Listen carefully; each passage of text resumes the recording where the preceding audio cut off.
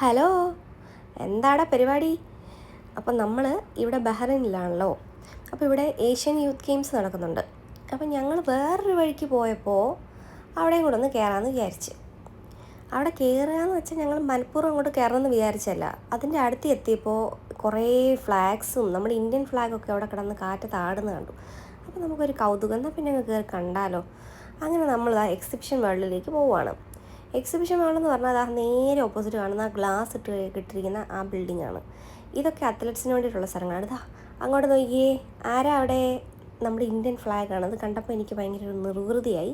ഞാനത് കണ്ട് കുറച്ച് നേരം ധൃതങ്ക പുളകിതയായിട്ട് അവിടെ നിന്നു. അങ്ങനെ നമുക്കിതാ ഈ മുതുവെയിലത്ത് നമുക്കിതാ ഓപ്പോസിറ്റുള്ള ആ സെൻറ്ററിലേക്കാണ് പോകേണ്ടത്.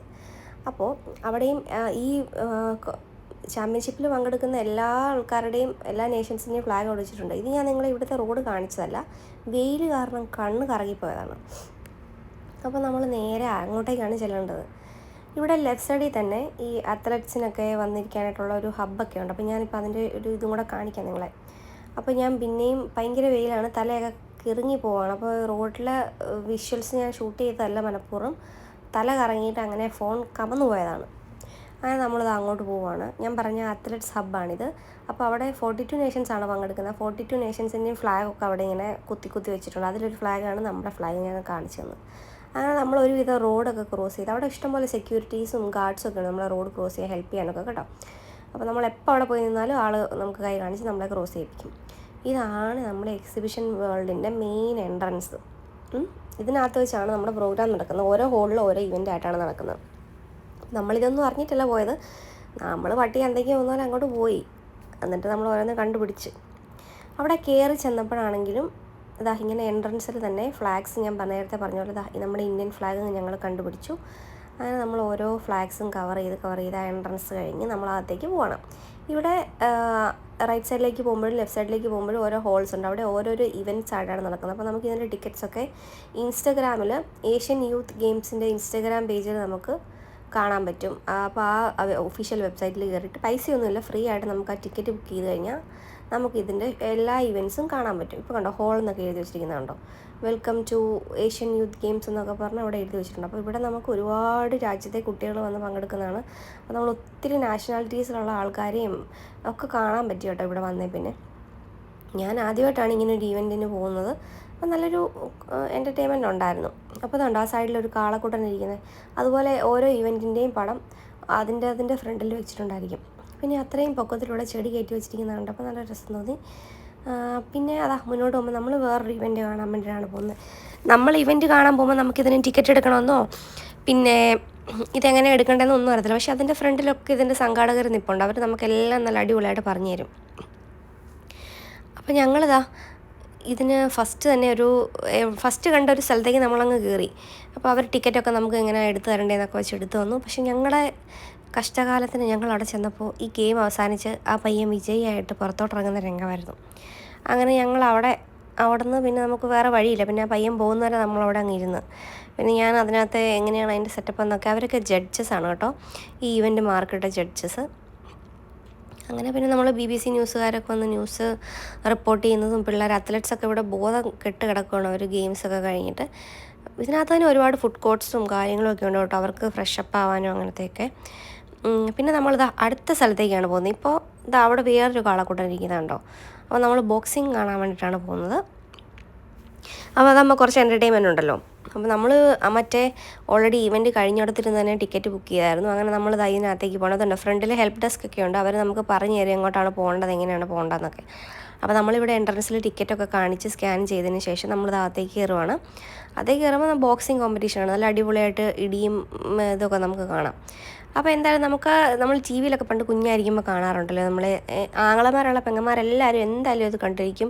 മറ്റേ നിക്കറിട്ട് കുറേ ചേട്ടന്മാർ വന്നൊരു ബെൽറ്റിന് വേണ്ടി അടി ഉണ്ടാക്കുന്നതും അതൊക്കെയാണ് നമ്മൾ കണ്ടിരിക്കുന്നത്.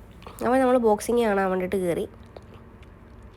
അപ്പോൾ 2 ടീം ഒന്നും ബ്ലൂ ഒന്നും റെഡും ആയിട്ടാണ് ഇവർ ഇങ്ങനെ ഇതേക്കുന്നത്. അപ്പോൾ നമ്മൾ വന്ന സമയത്ത് നമ്മൾ അപ്പം തന്നെ 2 ടീം തിരിഞ്ഞു. ഞാനും കിട്ടിയതിന് 2 ടീമായിട്ട്. അപ്പോൾ ബ്ലൂ വേണോ റെഡ് വേണോ ഞങ്ങൾ തീരുമാനിച്ച്, നമ്മൾ ഗെയിം തുടങ്ങുമ്പോൾ തന്നെ നമ്മൾ തീരുമാനിച്ചിരുന്നു.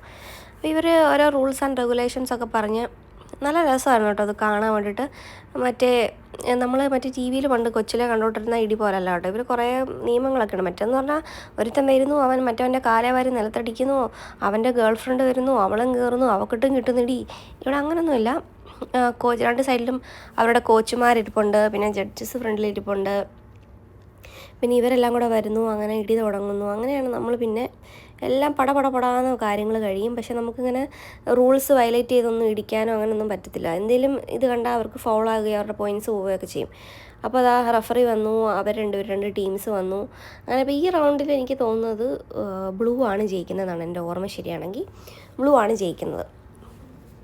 അങ്ങനെ ബ്ലൂ ഇതാ പടപടാന്ന് ഓരോ പോയിൻറ്റ്സ് അങ്ങ് നേടിയെടുക്കും. അപ്പോൾ ഇവിടെ എന്ന് പറഞ്ഞാൽ ഞാൻ പറഞ്ഞ പോലെ തന്നെ ഇവിടെ നമുക്ക് ഫ്രീ ആയിട്ട് എൻട്രൻസ് ആണ്. ഒരു ടിക്കറ്റ് ഉണ്ട്, പക്ഷേ അത് നമുക്ക് പൈസയൊന്നും കൊടുക്കാതെ എടുക്കാൻ പറ്റുന്ന ടിക്കറ്റാണ്.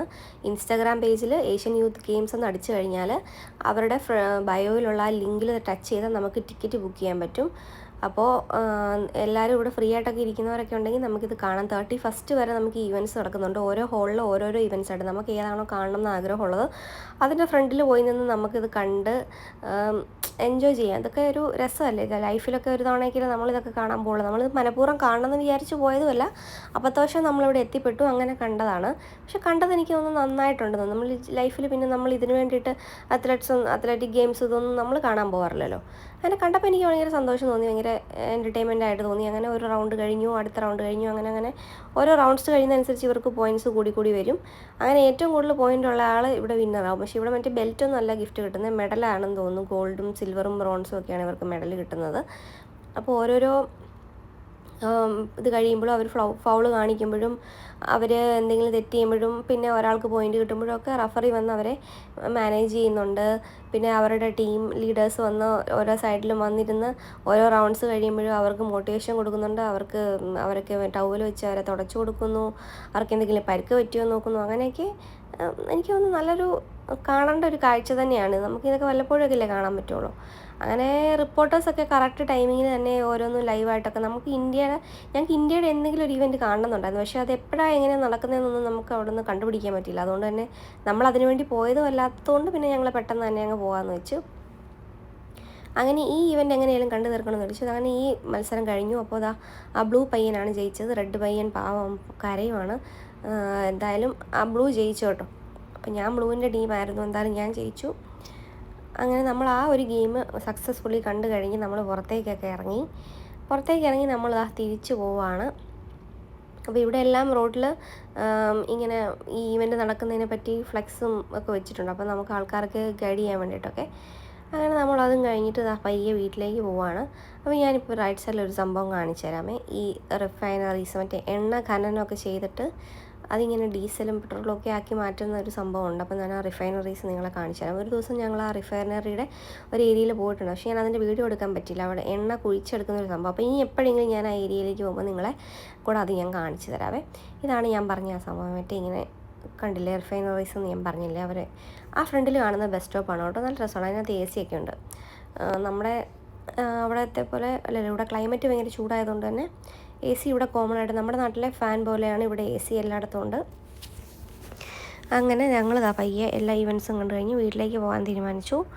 അപ്പോൾ നമ്മൾ റാൻഡമായിട്ട് വെറുതെ ഒരു സ്ഥലത്തേക്ക് പോയപ്പം ഒരു കൗതുകകരമായിട്ടൊരു കാഴ്ച കണ്ട് അങ്ങനെ അത് കണ്ടു. എനിക്ക് എൻ്റർടൈൻമെൻ്റ് ആയിട്ട് തോന്നി കേട്ടോ. നമ്മുടെ ബഹ്റൈനിലുള്ളവരൊക്കെ വന്ന് കാണണം എന്നാണ് എൻ്റെ ഒരു അഭിപ്രായം. പിള്ളേരെയൊക്കെ കൊണ്ടുവന്ന് കാണിക്കണം.